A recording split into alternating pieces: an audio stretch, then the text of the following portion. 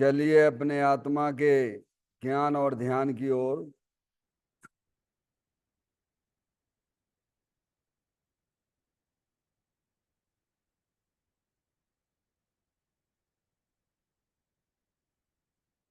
अपने चंचल मन को एवं चंचल उपयोग को स्थिर करने के लिए जिनवाणी माता के माध्यम से अपनी वर्तमान ज्ञान की पर्याय में सम्यक भीत ज्ञान उत्पन्न करते हुए शरीर शरीर से संबंधित जितने भी चेतन अचेतन पदार्थ हैं उनका मुझ भगवान आत्मा के साथ में किसी भी प्रकार का कोई संबंध नहीं है। इस प्रकार समस्त पर पदार्थों में अपने संबंध की वृत्ति को छोड़ते हुए अंदर में जो अखंड ज्ञान ज्योति स्वरूप भगवान आत्मा है उसमें ही वर्तमान पर्याय का संबंध जोड़ते हुए कि मेरा यह भगवान आत्मा सदा काल शरीर आदि पर पदार्थों से भिन्न प्रकट अखंड ज्ञान ज्योति स्वरूप है। ऐसा अपने आप को जानो और ऐसा ही अनुभव करो कि वर्तमान में ही मेरा यह भगवान आत्मा शरीर आदि पर पदार्थों से भिन्न एकमात्र अखंड ज्ञान ज्योति स्वरूप ही है।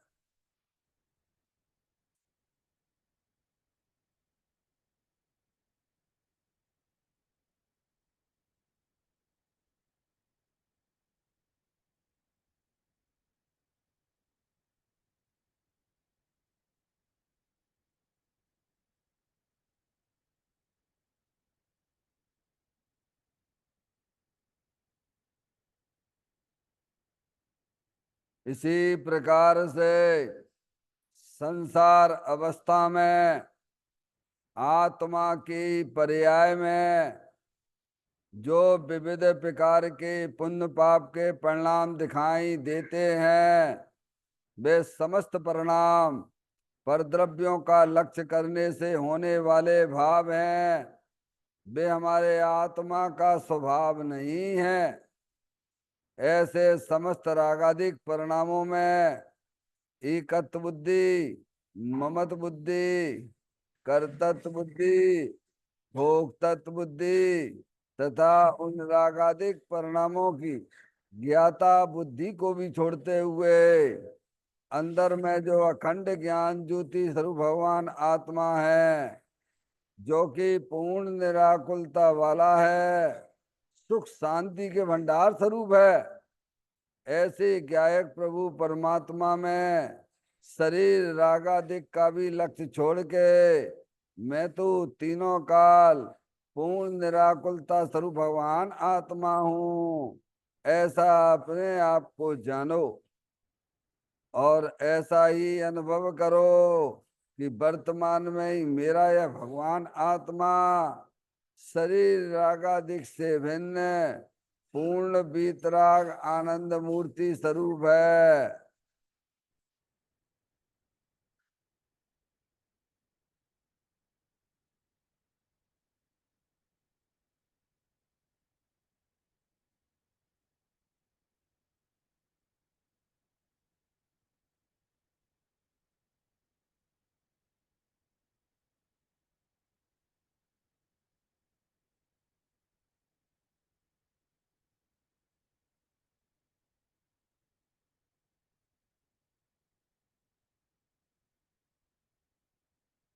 इसी प्रकार से संसार अवस्था में आत्मा के पर्याय में जो पर के लक्ष्य से होने वाला ज्ञान है वह परलक्षी ज्ञान भी हमारे आत्मा का स्वभाव नहीं है, वह तो इंद्रिय जनित ज्ञान है। इस प्रकार शरीर रागादिक और परलक्षी ज्ञान के पर्यायों से भी भिन्न मैं तो एकमात्र अखंड ज्ञान ज्योति स्वरूप भगवान आत्मा हूँ, ऐसा अपने आप को जानो और ऐसा ही अनुभव करो कि वर्तमान में ही मेरा यह भगवान आत्मा शरीर रागादिक और खंड खंड ज्ञान के पर्यायों से भी भिन्न एकमात्र अखंड ज्ञान ज्योति स्वरूप है।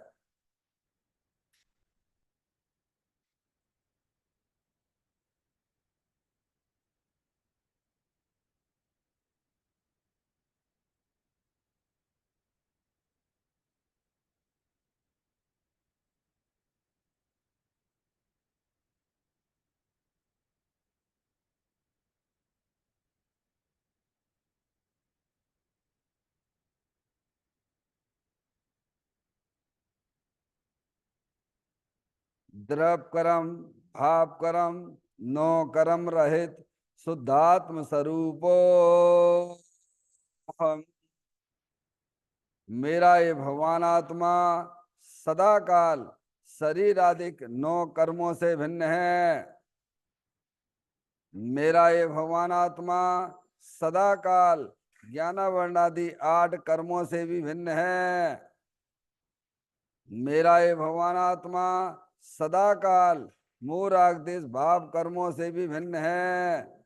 इस प्रकार द्रव्य कर्म भाव कर्म नौ कर्म तीनों कर्मों से रहित मैं तो एकमात्र परम पवित्र शुद्धात्म स्वरूप हूँ, ऐसा अपने आप को जानो और ऐसा ही अनुभव करो कि वर्तमान में ही मेरा यह भगवान आत्मा तीनों प्रकार के कर्मों से रहित एकमात्र परम पवित्र शुद्धात्म स्वरूप है।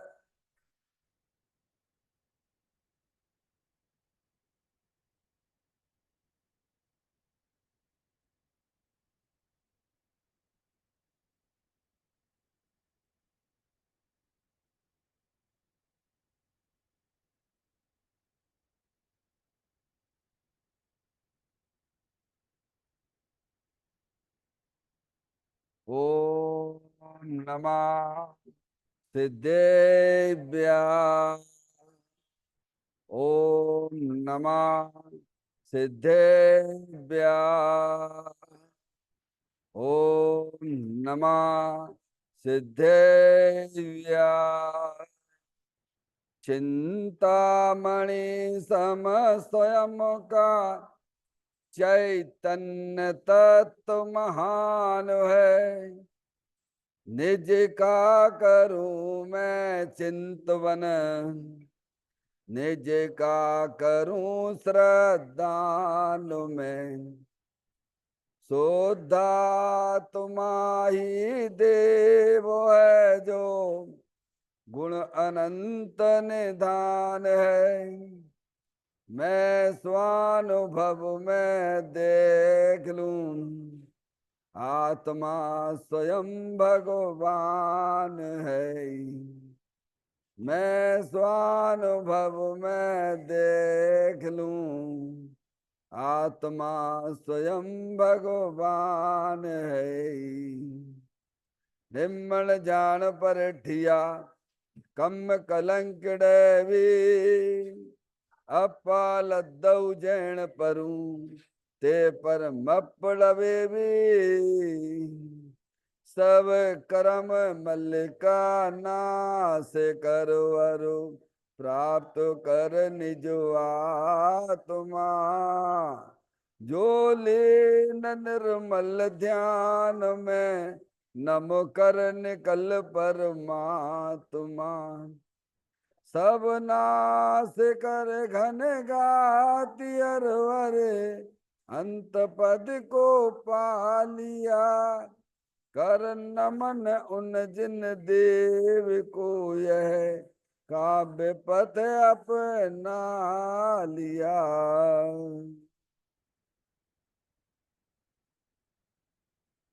श्री योगसार जी नामक परम आध्यात्मिक ग्रंथ स्वाध्याय हेतु में विराजमान है।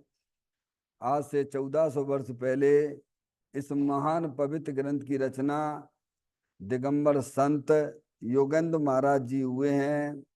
उन्होंने इस महान पवित्र ग्रंथ की रचना की और उन्होंने इस ग्रंथ का नाम योग सार जी रखा।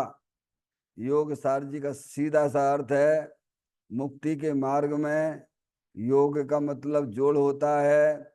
किसका किसके साथ में जोड़ करना? तो अरिहंत परमात्मा कहते हैं कि अपनी वर्तमान सुत ज्ञान की पर्याय का अंदर में जो अपना त्रिकालिक ध्रुव भगवान आत्मा जो सदा काल द्रव्य कर्म भाव कर्म नौ कर्म से रहित अखंड ज्ञान ज्योति स्वरूप है, ऐसे गायक प्रभु परमात्मा के साथ में अपनी वर्तमान सुत ज्ञान की पर्याय का संबंध जोड़ने का नाम योग है, जिसे शास्त्रीय भाषा में सम्यक दर्शन सम्यक ज्ञान भी कहते हैं। और चेतन भगवान आत्मा में ही अपनी वर्तमान पर्याय को मग्न कराना, लीन करना, स्थिर करना, उसे सार कहते हैं, यानी सम्यक चारित्र कहते हैं। तो योग सार क्या हो गया? सम्यक दर्शन, सम्यक ज्ञान, सम्यक चारित्र वाली निर्मल पर्याय, पवित्र पर्याय जो अपने आत्मा के आश्रय से प्रकट होती है, इसे योग सार कहते हैं। देखिएगा, योग सार ग्रंथ के माध्यम से हम और आप यहाँ 52 नंबर की गाथा का स्वाध्याय चल रहा है, जिसमें हमें दिगंबर संत यही समझाना चाहते हैं, जगत के जितने भी जीव हैं, अज्ञानी जीव, समझ में आया भैया, वे सब जो है उलझन में पड़े हुए हैं। समझ में आया भैया, प्रपंच में पड़े हुए हैं। उलझन कौन सी है उनकी? मोह राग देश। समझ में आया भैया। और ज्ञानी ने वह उलझन को सुलझा दिया है, क्योंकि ज्ञानी अपने चेतन भगवान आत्मा को पहचानता है, अपने आप को चैतन्य रूप से अनुभव करता है, इसीलिए उसकी पर्याय में जो मोह राग देश रूपी उलझन है उसको उसने सुलझा ली है। समझ में आया भैया। और जिन्हें अपनी उलझने मोह राग देश की सुलझाना है, उन्हें जैनैन देव परमात्मा के द्वारा जो जनवाणी में आई, जो जनवाणी में शब्द आए हैं, जो गाथाएं आई हैं, उनको उसे समझना चाहिए। समझ गया आप? क्योंकि उसमें एक अपने चेतन भगवान आत्मा की बातें आई हैं, और हम और आप सब जो है चेतन भगवान आत्मा ही हैं। समझ में आया? देखिए, गाथा का पाठ करते हुए आगे अपन विचार करेंगे। धंधे पड़ा सारा जगत निज आत्मा जाने नहीं, बस इसीलिए ही जीव है निर्वाण को पाता नहीं। सब जग के प्राणी, क्या जग यानी संसार, समझ में आया? सब सब लिए ना, सब जग के प्राणी अपने धंधों में लोक व्यवहार में फंसे हुए हैं, तल्लीन हैं। समझ गए नहीं आप? देख लो ना आप, पंच इंद्रिय के विषयों में फंसे पड़े हुए हैं। क्या एक एक इंद्री से लेके संगी पंचेंद्री तक जो जीव हैं, सब काय में फंसे पड़े हुए हैं? पंच इंद्री के विषय भोगों में फंसे पड़े हुए हैं। समझ में आया? सब उधर ही भागते हैं पंच इंद्री के विषयों की तरफ। समझ गए नहीं आप? भागना किधर चाहिए था? उपयोग को किधर भगाना चाहिए था? अपने स्वभाव है ना अपना भगवान आत्मा, आनंद स्वरूप वस्तु है ना, तो उसका ज्ञान करे, उसका परिचय करे, तो उपयोग इधर भागेगा। तो कहती हैं सब जग के प्राणी अपने अपने धंधों में, समझ गए, अपने अपने धंधों में जो जिसने का इसमें अंदर जैसा राग बना के रखा हुआ है, समझ गए नहीं आप? जैसा जैसा राग जो बनाए इच्छा कर रखी नहीं, वैसे वैसे कैसे में पंचेंद्रिय के विषयों में भागते हैं। लोग व्यवहार में फंसे हुए हैं। क्या आप? तल्लीन है, फंसे हुए मतलब क्या है? उसमें अपने उपयोग को फंसा के बैठे हुए हैं, पंच इंद्रिय के विषय वासना के परिणाम अंदर में और उनकी रुचि, इसके कारण वे उसमें फंस गए हैं। क्या हो गए हैं? अब जैसे हमने बताया आपको, मकड़ी है, मकड़ी पहले तो जाल नहीं था, जाल उसने बनाया, तो उसमें क्या फंस गई, क्या हो गई वो? किसने बनाया जाल? बोलो किसने बनाया? किसने बनाया? स्वयं ने बनाया, और स्वयं ही उसमें फंस गई। दुखी हो रही है, फंस गई मतलब क्या है? वो इसीलिए बनाया था जाल उसने कि भाई जो है रसना इंद्री का जो है ना, और जीव आएंगे उनका सेवन करेंगे। क्यों बनाया उसने? क्यों जीव राशि आएगी उसका भोजन करेंगे, और उसमें फंस गए। देखो नहीं आपको, स्पर्श इंद्री के विषय में हाथी फंस गया, फंस गया था। दिया ना दृष्टांत पंच इंद्री के विषयों का। स्पर्श इंद्री के विषय में क्या दृष्टांत दिया? हाथी जो है हथनी को देख के आकर्षण करके वह जाता है, उसके बसी वो फंस गया अपने अपने बसियों में, समझ गए नहीं आप? तो वो जो गड्ढा एक बना दिया गया हाथी को पकड़ने के लिए, और वो उसमें जाके गिर पड़ता है। फंस गया कि नहीं फंस गया? स्पर्श इंद्री के विषय में समझ गया। रसना इंद्री में क्या दृष्टांत दिया है? मछली का दिया है ना? धीवर होते हैं, उसमें जो है केंचुआ वगैरह मांस का टुकड़ा लगा देते हैं, और उसको पकड़ने के लिए क्या ऐसा में क्या करते हैं, वो उसमें जो है कांटा, हम तो देखते नहीं, इधर जाते हैं अपने नैनोद गांव तरफ, समझे नहीं आप? साइड है ना अपनी, तो उसमें जो है धीवर लोग जाते हैं, उसमें मांस का टुकड़ा लगाते हैं, और वह मांस के टुकड़े को खाने के लिए रसना इंद्री के विषय में क्या करती है वो? है, फंस गई उसमें, आके पकड़ गई। समझे आप? अपने अपने विषयों में सब पंचेंद्रिय के विषय अपने हैं ने। ऐसे ही जो है उन्होंने दिया दृष्टांत, प्रवचन सार में आया ये दृष्टांत में आए। स्पर्श हो गया, रसना हो गया, घ्राण, समझ गए आप? घ्राण में, घ्राण समझ गए, सुगंध। अभी जैसे करते नहीं बच्चे लोग, लगाते नहीं है, बच्चे बड़े सभी जो है सुगंधित सुगंधित लगाते हैं ना। अब ये इसकी रुचि है ना, तो क्या वो उसमें भौरा बन जाएगा जाके, समझ गया? भौरा में है तो ताकत ऐसी, लेकिन फूल की सुगंध में जाके क्या करता है? और उसमें सुगंध के कारण से वह उसमें फंस गया।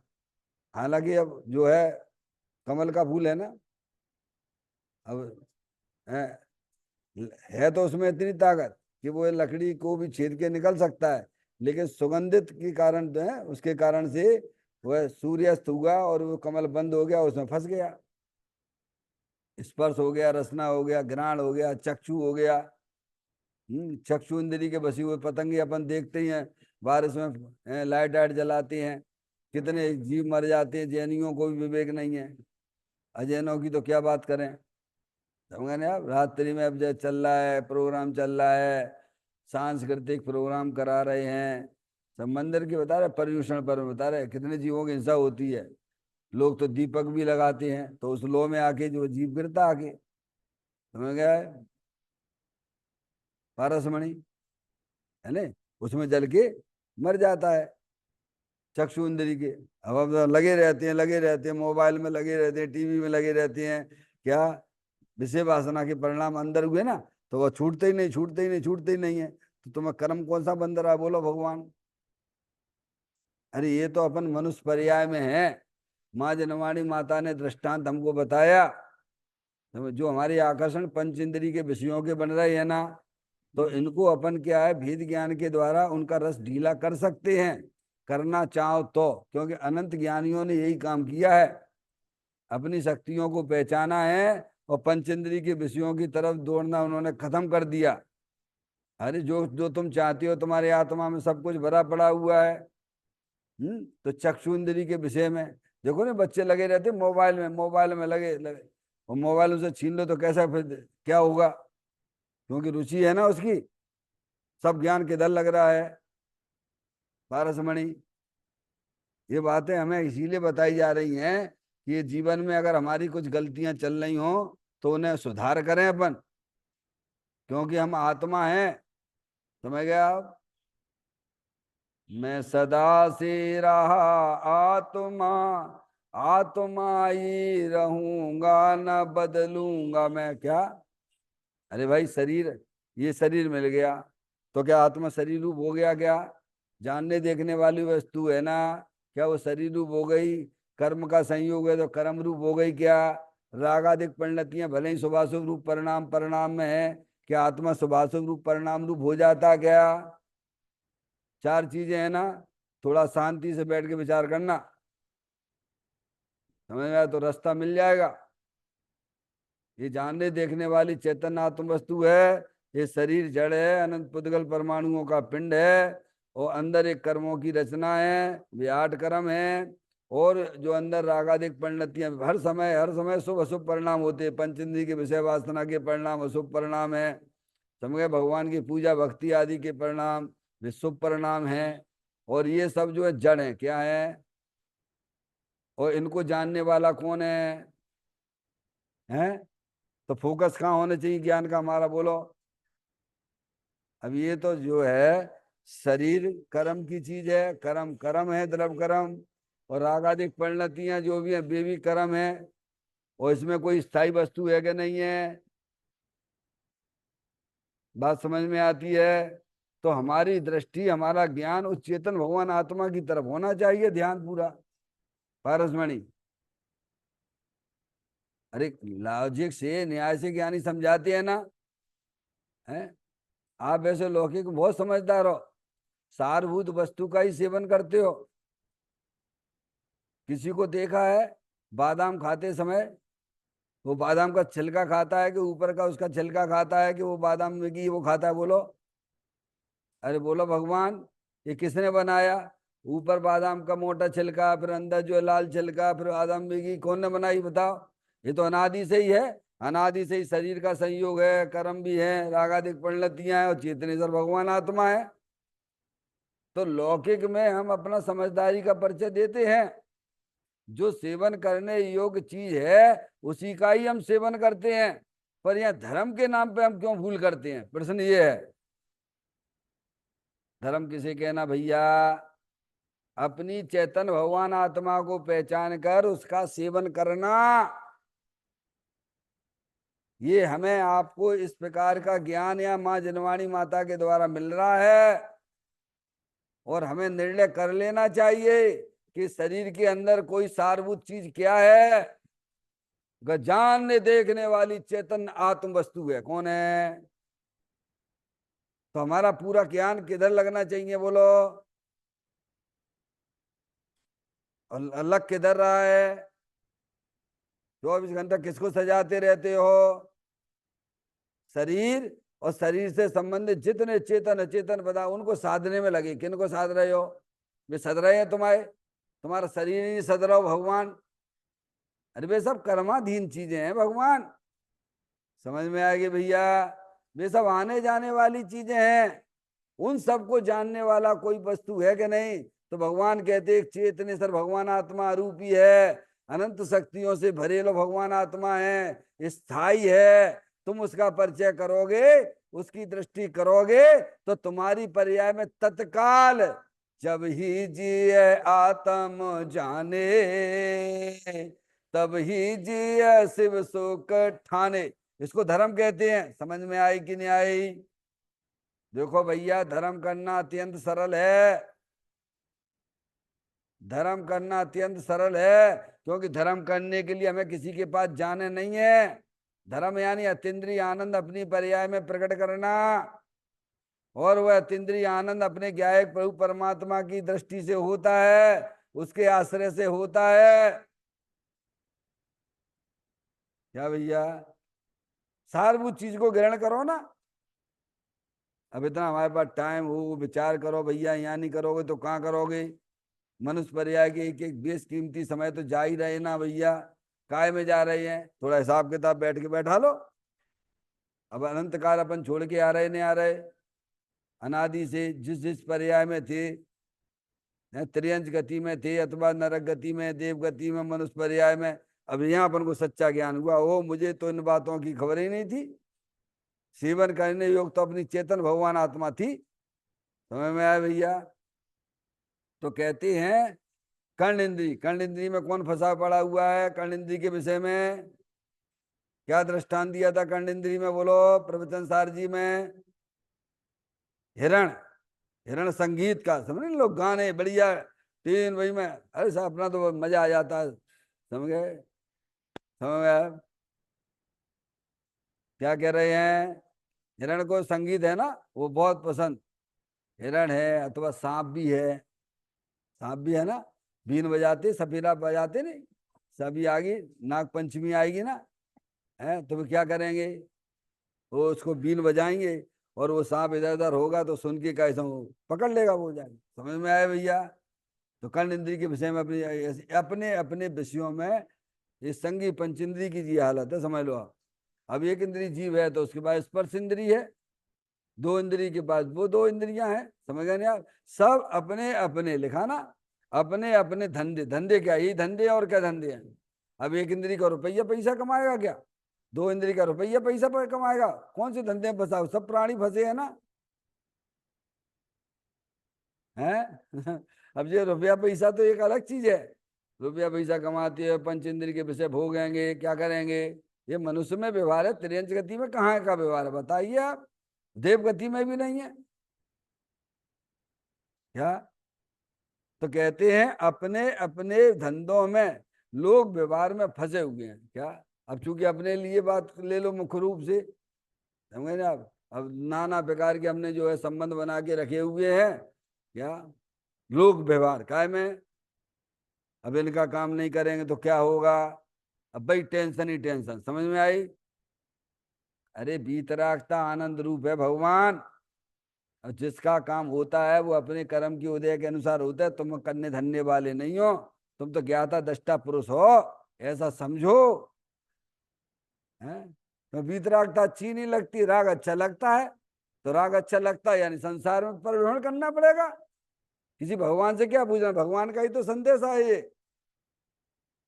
कहते हैं लोग व्यवहार में फंसे हुए हैं, तल्लीन हैं, लीन हो रहे हैं, क्या हो रहे हैं? पंडित टोडरमल जी साहब की भाषा में कहा जाए तो छलांग लगाते हैं। क्या लगाते हैं? पंचेंद्रिय के विषयों में छलांग लगाते हैं क्या? देखो नहीं आप कैसी, कैसा तेज चल रहा उनकी पर्याय में, और बाबे ने को ब्रेक लगाए ना तो कैसी अंदर कसाई आती है बोलो। जैसे किसी को मैच देखने का है, समझ गया, चक्षु इंद्रिय का विषय, समझ गए आप? मैच देख रहा है, लास्ट ओवर चल रहा है, उसमें कोई घर में आ जाए प्रिय व्यक्ति तो क्या होगा? अरे बोलो भगवान, समझ में आया भैया? ऐसे ऐसे विषयों में फंसे पड़े हुए सब।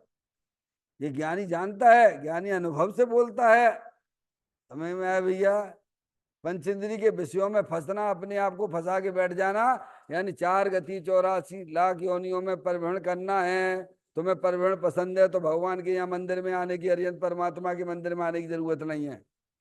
यहाँ तो जन्म मरण के अभाव कैसा होता है, कैसे होता है, उसकी कला सिखलाई जाती है, समझ में आया भैया? तो कहते हैं इसीलिए निश्चय से आत्मा को नहीं जानते मानते। यही कारण है जिससे जीव को निर्वाण नहीं पाता। ये हमारा आपका निर्वाण क्यों नहीं हुआ? पूर्व की पर्याय को विचार कर लो भैया। पंचम काल में आए भैया, मिथ्या दृष्टि अज्ञानी हो, पारसमणि, गृहित मिथ्या दृष्टि और क्या है? देखो ना, इससे पहले हम जब उज्जैन जब पढ़ते थे, समझ नहीं आया?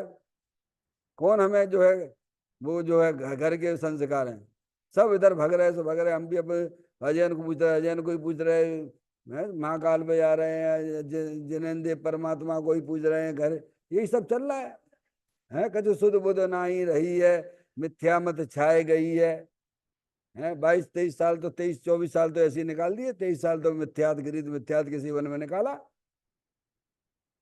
तुम्हें उसके बाद ये तत्व मिला तो समझ में आई, अरे भाई ये तो गजब की चीज है। ये तो इसको समझा, विचार किया, चिंतन किया ज्ञानियों की बातों को, तब समझ में आया। समय देना पड़ेगा ना। आप सीए करते हो, कोई डॉक्टर की करता है, इंजीनियरिंग करता है, उसके लिए इतना समय देते हो कि नहीं देते हो? 22-23 साल देते हो कि नहीं देते हो? बोलो, देते हो कि नहीं देते हो? कितने साल में हुई उसकी डॉक्टरी सीए? 21 साल में, 22 साल में। तो यहाँ भी तो थोड़ा समय दीजिए। तो ये अपने हित की बातें है ना भगवान। फिर देखो वो चीज होती है, प्राप्त होती है कि नहीं होती है? ज्ञानियों ने तो प्राप्त की है ना पर्याय में। अब आप समय ही नहीं देना चाहते हो तो नहीं देना चाहते, आप अपने लिए गड्ढा खोद रहे हो, किसी दूसरे के लिए गड्ढा खोद रहे क्या? समझ में आए? तो कहते हैं इस जीव का निर्वाण क्यों नहीं हुआ? निर्वाण यानी जन्म मरण का अभाव क्यों नहीं हुआ? क्योंकि वो अपनी आत्मा को नहीं पहचानता। क्या है, क्या कारण निकला? अपने आप को नहीं पहचानता है तो आत्मा। और आप माना बैठो कि मैं शरीर को देख के मानता, संयोग को देख के क्या मानता है? मैं लड़का हूं, मैं लड़की हूं, घर में कुछ आया, संयोग आ गया तो हाँ मैं चौड़ा गली सगड़ी अनुकूल, जो जैसा चाहता है ना वैसा कैसे हम आ गए, लॉटरी बाटरी खुल गई, गाड़ी बाड़ी आ गई तो मैं चौड़ा गली सगड़ी होने लगती है। पर्याय में काय का पावर चल रहा है? बोलो भगवान। समझ में आया भैया? आत्मा को मिलता है कुछ क्या? आत्मा को शरीर तो मिलता ही नहीं है, कर्म भी नहीं मिलते, राग भी नहीं मिलता है। अरे आत्मा को जरूरत क्या? आत्मा तो परिपूर्ण ज्ञानानंद स्वरूप ही है ना भगवान। पर हम जानते नहीं है ना। जो आत्मा को जानते उन्हें कोई समस्या रहती ही नहीं, हम तो बता रहे हैं आपको। आत्मा को जानने पर कोई समस्या रहती ही नहीं है ना। हुँ? कोई समस्या नहीं रहती है। इसीलिए ज्ञानी कहते आत्मा को नहीं पहचानते, उनकी समस्याएं सब यहाँ सॉल्व हो जाएंगी। और हमारे आपके पुण्य की वजह से ये सारी चीजें मिली हैं।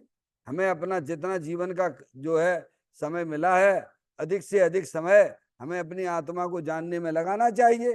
कि जो तुमने अनादिकाल से नहीं किया उसी को काम पे अपना ज्ञान लगाइए, उसी पे अपना बीज लगाइए, तो देखो काम होता है कि नहीं होता है। नहीं होगा क्या है पारसमणि?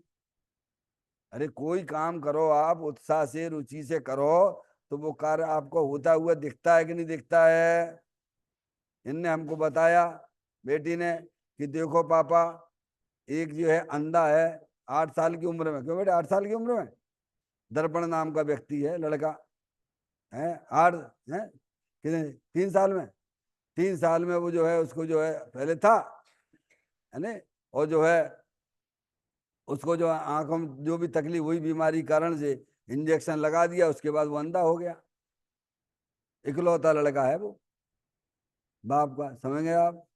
धीरे धीरे बड़ा हुआ का समय, तो उसने जो है सीए भी कर लिया है। और सीए ही नहीं कर लिया है, आपके भारत वर्ष में गोल्ड भी 2 बार लेके आया शतरंज में। क्या कह रहे? अरे बोलो क्या बोला मैंने? देख लेना यूट्यूब पे पड़ा हुआ है।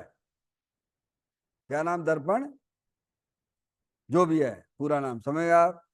तो अब ये बताइए, उस व्यक्ति ने, अंधे ने, आंख वालों को भी पराजित कर दिया। अरे ये है कि नहीं है बोलो उसमें? जो व्यक्ति ठान लेगा तो भाई साहब क्या नहीं कर सकता है, समझ? वो अंधा सीए भी बन गया, और उसने भारत वर्ष को 2 बार गोल्ड भी शतरंज में लाके दिखा दिया। बताइए आप, हैं? जब अंधा कर सकता है तो हमें क्या तकलीफ है? अरे लौकिक में भी जो व्यक्ति ठान लेते हैं वे करते हुए नजर आते हैं भगवान। और यहाँ तुम ठान लो मुझे तो बस अपनी आत्मा का कल्याण करना है, मुझे तो जन्म मरण का अभाव करना, तो नहीं होगा क्या? अरे भैया वहां तो जो है पराधीनी पराधीनता है, और यहाँ ऐसी कोई पराधीनता नहीं है। ज्ञानी कहते हैं अरे त्रियंच गति के जीव देशव्रती हो जाते हैं पारसमणि। क्या है कि नहीं है बोलो? एक दो हैं, कितने हैं? देशव्रती, सम्य दृष्टि नहीं, सम्य दृष्टि से भी ऊपर वाली क्लास। क्या है? 5वां गुण स्थान। सम्य दृष्टि तो 4थे गुण स्थान में, 4थे गुण स्थान वाला अपनी आत्मा की प्रतीति ले करता है, अपने आत्मा का आनंद लूटता है, और उससे ऊपर अपने का देशव्रती भी है। अब त्रियंच गति का देशव्रती बन जाता है। दृष्टांत है कि नहीं अपने आगम में बोलो? प्रथमान योग में रामचंद्र जी आहार दे रहे थे, हैं, और जटायु पक्षी देख रहा था। उस समय उस जंगल का वो राजा था, जटायु पक्षी। पूर्व में क्या नाम था उसका, जटायु पक्षी का? अरे वो जटायु पक्षी से पहले कौन राजा था? दंडक राम का। समझ में आया भैया? बहुत वर्तमान युग पढ़ते हो, हम तो नहीं पढ़ते, हम तो अपने काम की चीज पढ़ते हैं भगवान। समझ में आया भैया? दंडक राजा, समझ में आया भैया? उसने जो है मुनराजों का उपसर किया था, और उसमें का समय उसके फल में जो त्रियंच गति में गया वो, और फिर वो गिद्ध पक्षी बना। और रामचंद्र जी सीता जी जो मुनराज को हार दे रहे थे, और वो वहां बैठा बैठा विचार कर रहा था कि काश मैं भी मनुष्य होता तो मुनराज को हार देता। अब देखिए मुनराज के प्रति सम्मान का भाव आया उसको, है नहीं, और जाके का समय जो है मुनराज के विरोध में त्रियंच गति में गया, सम्मान का भाव आया तो मुनराज के पैर पे गिरा, और उसी समय का समय वो रोने लगा। गिद्ध पक्षी जो महाराज ने जो उसको संबोधित किया, अरे क्यों रोते हो, ये शरीर तो तू शरीर को देख के रो रहा था क्या, दिखता त्रियंच गति का ये मेरे पैर ऐसे हैं, था तो वो आत्मा ही है ना, वो जानने देखने वाला, रोता है। तो मुनराज संबोधन करते, अरे तूने अनंत भव का समय शरीर के खाते तूने निकाले हैं, तू शरीर को क्यों देखता है, ये भी शरीर, कोई शरीर तेरे साथ में रहा है क्या, ये भी तो छूट जाने वाला है, उसको क्यों देखता है, देखने वाले को देखना। और सम्यक दर्शन हो गया, सम्यक दर्शन ही नहीं हुआ, क्या हुआ, देशव्रति हो गया, सीता रामचंद्र जी से भी आगे निकल गया। और मुनराज ने कहा देख इसे जो है अपने पुत्र वध इसकी सेवा करना। समझ में आया भैया, श्रावक हो गया। जब त्रियंच गति के जीव भी देशव्रति तक हो सकते हैं, नरक में रहने वाला नारकी जीव भी सम्यक दृष्टि हो सकता, इतनी प्रतिकूलता में भी अपने आत्मा का सेवन कर लेता, अपने आत्मा की प्रतीति कर लेता है, और मनुष्य का नहीं साहब हम पे नहीं हो सकता है। तो तुम सोचो विचारो कि तुम्हारी पर्याय में क्या लफड़ा चल रहा है, ये तुम्हें ही करना पड़ेगा। तुमने स्वयं अपनी उलझन बना के रखी हुई है, तुम्हें खुद ही सुलझाना पड़ेगी। और ये अच्छी बात है, ये उलझन हमारे द्वारा उलझी हुई है और हम इसे सोल्व कर सकते हैं। समझ में आए भैया? सम्यक दर्शन तो बहुत छोटी चीज है भैया। तुम या पंचम काल में मुनराज जैसा जीवन तीन चौकड़ी कसाई के अभाव पूर्व भीतरा का आनंद सा प्रकट कर सकते हो भगवान। समझ में आया भैया? कहते हैं निज आत्म निश्चय से आत्मा को नहीं मानते। पंच इंद्रिय के अज्ञानी जीव सब अपने अपने पंच इंद्रिय के विषयों में, सब एक इंद्रिय से लेके चतुर्गति के जीव सब अपने अपने विषयों की, स्पर्श इंद्रिय के विषय में रुचि वाले, रसना इंद्रिय के विषय रुचि वाले। समझ में आया भैया? देखो सबसे पहले तो इच्छा की रुचि छुड़ाई गई है। इच्छा रहे तो ये 13वें गुण स्थान में हुआ। पारसमणि कब? जब अर्यंत परमात्मा होगा। मुनराजों को भी इच्छा होती है, पर अशुभ इच्छा, विषय कसा के परिणाम नहीं होती है। शास्त्र पढ़ने की इच्छा होती है, जो धर्म सुनने आए उन्हें धर्म सुनाते भी हैं, जो दीक्षा लेना चाहते हैं उन्हें दीक्षा भी देते हैं। समझ में? ऐसी इच्छा रहती है उनको। और पूर्ण रूप से इच्छा का अभाव तो 13वें गुण स्थान में होता है। समझ में आए भैया? तो पहले ये रुचि उसकी छोड़ो, किसकी? भगवान। इच्छा तो रहेगी, ज्ञानियों को भी रहती है, आदिनाथ भगवान को भी थी, ग्रस्त अवस्था में सम्यक दृष्टि थे, रामचंद्र जी भी थे, पर उसकी रुचि नहीं थी उनको। समझ में आ गए भैया? है ये सब कर्माधीन व्यवस्था है। तो ज्ञानी क्या है, और सब समझते हैं। अज्ञानी जीव कहाँ कहाँ उलझे पड़े हुए हैं, ये बात ज्ञानी को समझ में आती। क्यों आती है? क्योंकि अज्ञानी ही ज्ञानी बनता है। क्या कह रहे हैं भैया? जिसने आत्मा को देखा होगा वही आत्मा को बता सकता है। तो हमारा आत्मा आज तक जो निर्वाण को प्राप्त क्यों नहीं किया, जन्म मरण का अभाव क्यों नहीं हुआ? तो कहते आत्मा को नहीं पहचानते, अपने आप को नहीं पहचानते हैं। अब देखिए इसके अंतिम पॉइंट पे अपन विचार कर रहे थे।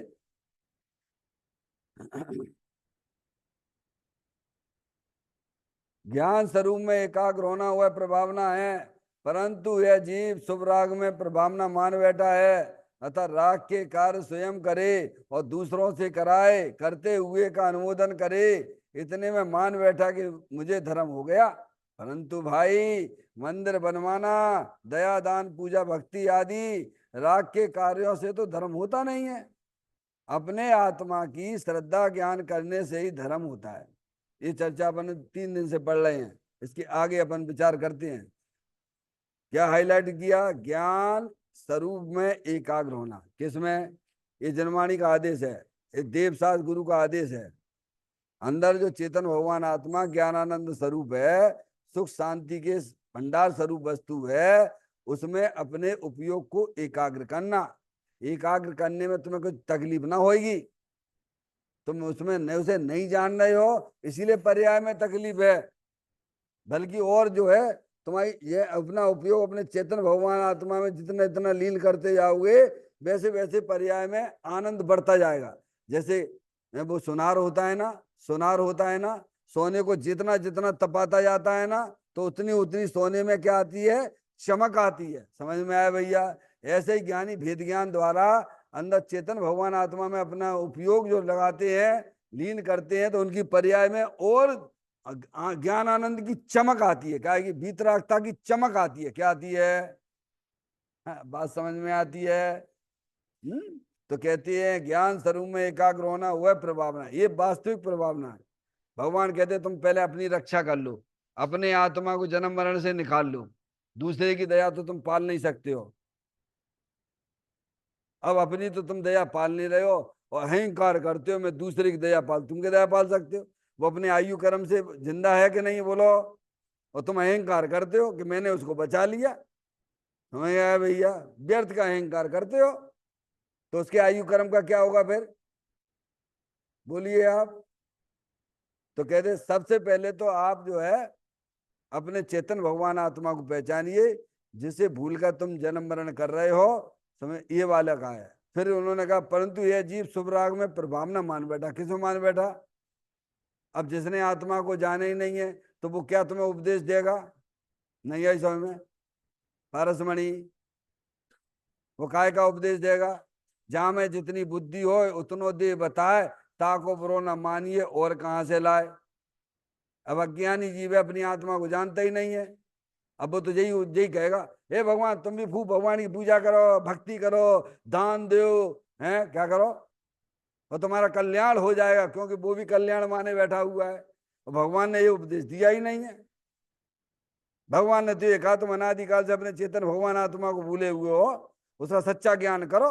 ये उपदेश तो है। क्या कह रहे हैं भैया? अब अज्ञानी तो यही उपदेश, क्योंकि लोगों को यही दिखता है। क्या दिखता है? खुद भी कैसा में आत्मा जानता नहीं है। कहते भी हैं पारसमणि कि देखो भैया हमने सब घर गृहस्थी छोड़ दी है, क्या, और नग्न अवस्था धारण कर ली है, आज तक हमने आत्मा को खुद ही नहीं जानो, तो तुम कहां से जान जाओगे? तो बेचारा वो तो पहले से ही कमजोर खड़ा हुआ है श्रावक। वो तो बिल्कुल सत्य महाव्रतधारी सही बोल रहे हैं। क्या बोल रहे हैं? देख झूठ बोल रहा है क्या? कितनी सही बात बोल रहा है कि नहीं बोल रहा है, बोलो? जहां में क्या झूठ बोल रहे हैं? नहीं जानते हैं तो कह रहे हैं कि नहीं जानते हैं। जहां गलत क्या हो गया? तो सत्य कहलाएगा उनका। भले ही व्यवहार में सत्य हो, लेकिन नहीं जानते हो तो तुम्हें तो जानने चाहिए था ना भगवान। तुम ही नहीं जानोगे तो कौन जानेगा? किन से अपेक्षा रखेंगे? नहीं आई समझ में?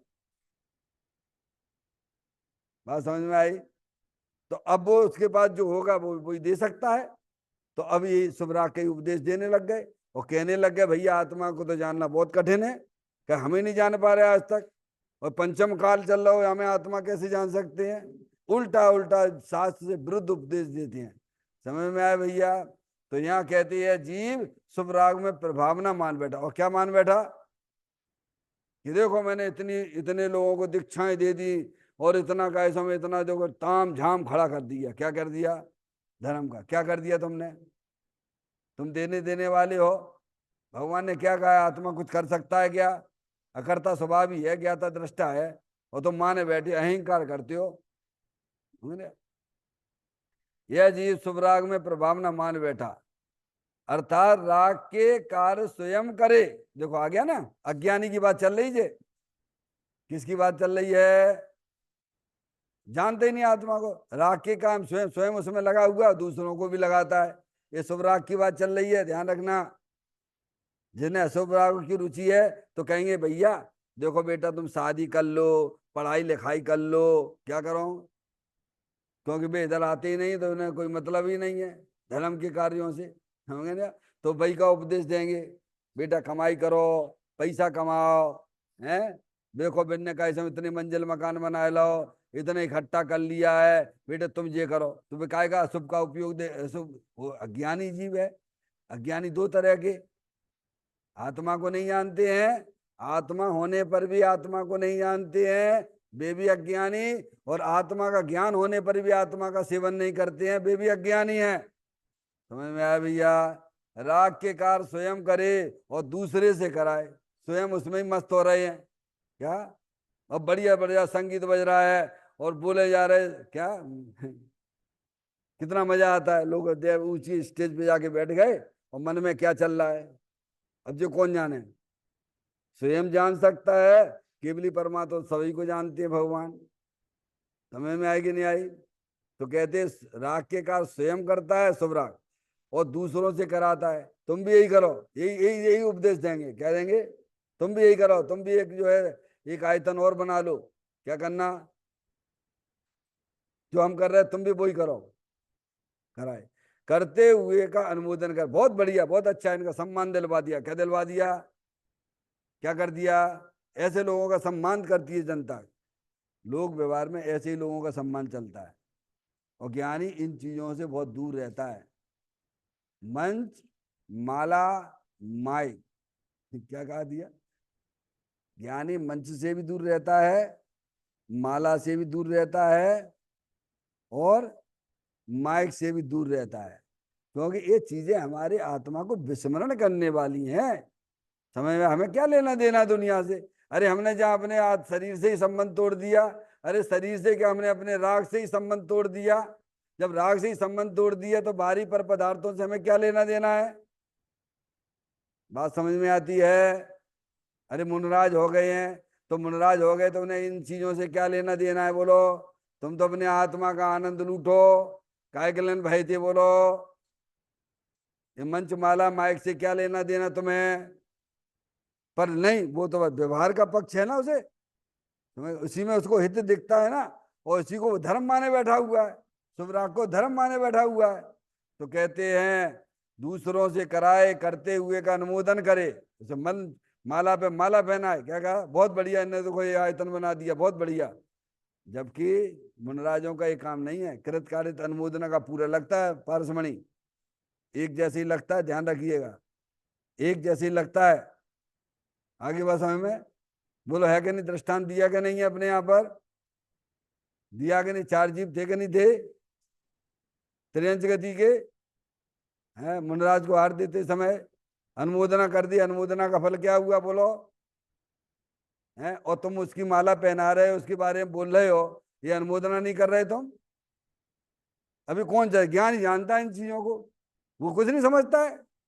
अज्ञानी बेचारा पढ़ा नहीं, शास्त्र उसने खोल के देखे नहीं है। जो बाहर में दिख रहा है बस यही, जय हो जय हो महाराज, जय हो जय हो, जो चल रहा है।